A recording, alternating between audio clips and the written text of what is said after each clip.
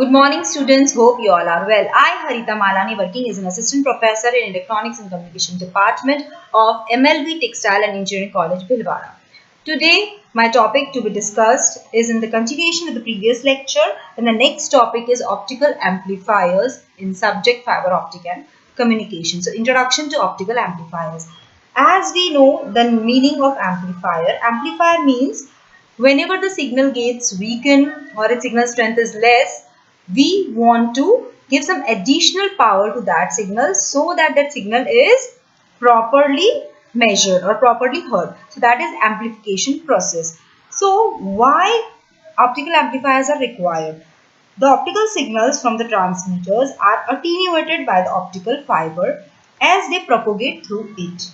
Other optical components such as marks, couplers also add loss. After some distance, the cumulative loss of signal strength causes the signal to become too weak to be detected. Hence, we need signal strength to be restored. So that's why optical amplifiers are required in optical fiber communication.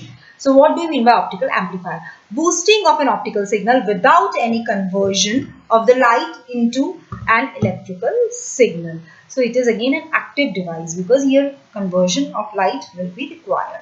An optical amplifier is a device which amplifies the optical signal directly without ever changing it to electricity. So next, what is the necessity of optical amplifiers? So why it is needed? It is needed to transmit signals over long distance communication.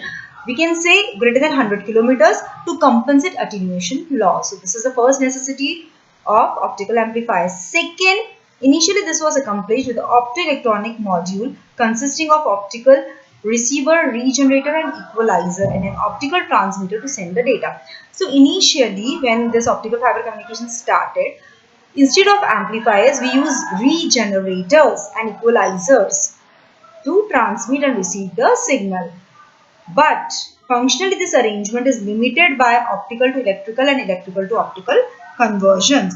And regenerators are not the proper solution because the process is a regenerator converts the optical signal to an electrical signal, cleans it up and convert it back into an optical signal for onward transmission. So optical amplifiers offer several advantages over regenerators.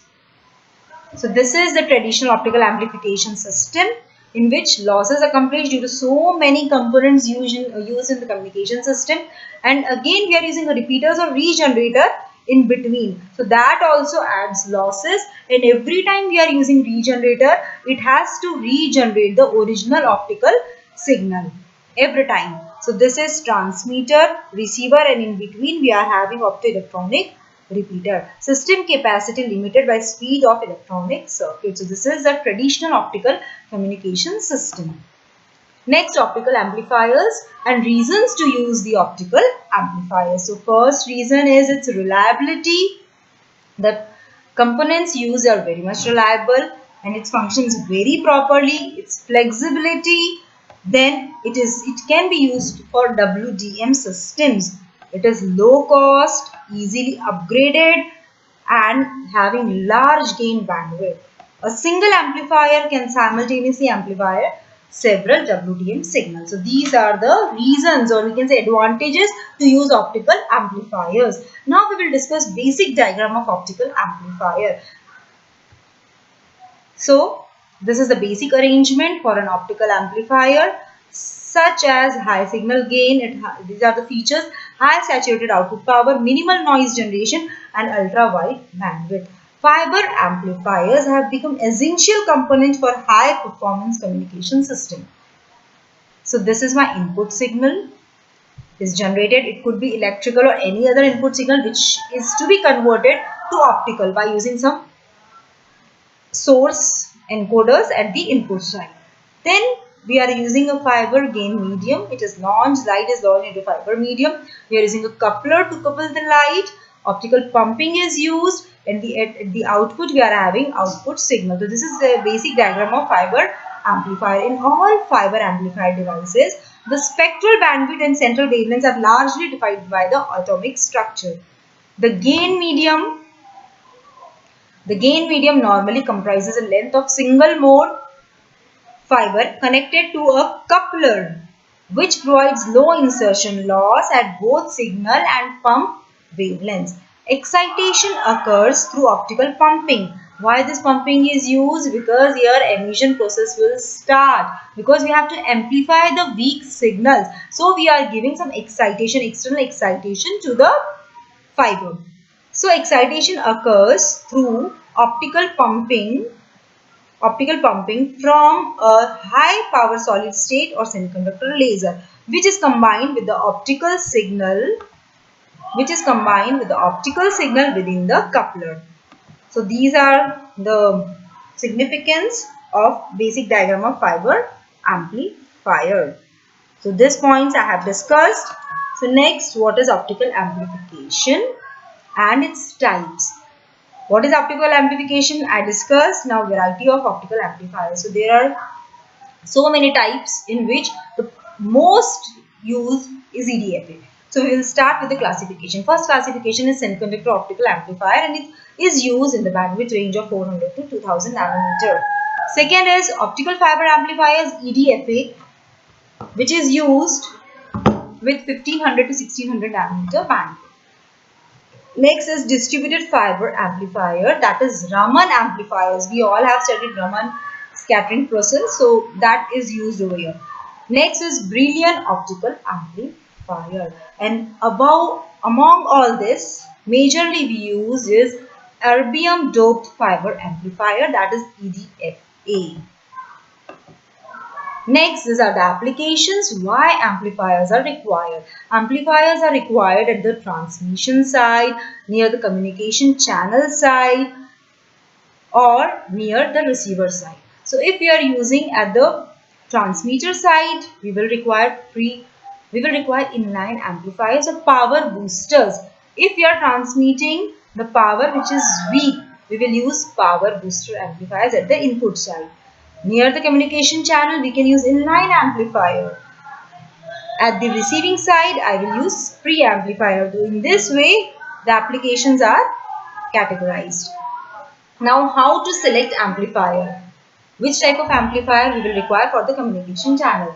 The first is power amplifier, which provides you high gain, high output power, and its noise figure is not of that importance. Inline, medium gain, preamplifier, low gain. So next, optical amplifier functions. In this we are showing all the three amplifiers. Transmitter is transmitting the signal, optical light is transmitted, it is amplified or boosted by power booster. After that, the signal is transmitted through the communication channel to the optical fiber link, where we are using inline amplifier to get the proper output. It should be in line at the receiving side. While before receiving, that means optical to electrical conversion at the receiving side, we are using preamplifier. So detector, preamplifier. Next is stimulated and spontaneous emission process, because this is a key phenomenon behind signal amplification. Without this emissions, we can't achieve amplification. So this emission process is of 3 steps: absorption and emission. Emissions are of 2 types: stimulated and spontaneous emission. First, we will discuss absorption. Absorption means, if we consider energy level diagram, we are considering 2 energy level states, E1 and E2. So in absorption, an atom in a lower level absorbs a photon of frequency h nu and moves to an upper energy level.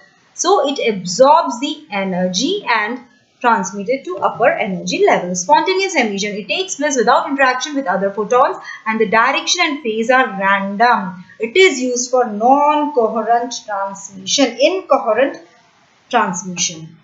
Stimulated emission, it takes place when the excited electron interacts with another photon by the emission of photon of same energy as that of incident. So these are the definitions. Spontaneous emission, absorption, you understood. It absorbs the energy from E1 and then the electron is moved to E2 level. Spontaneous emission, excited electron is present in E2 state and it will randomly come down to lower energy state while releasing an electron. Electron release is incoherent process. Next is stimulated emission, a transition from higher E2 level to even energy state produces an additional photon with the same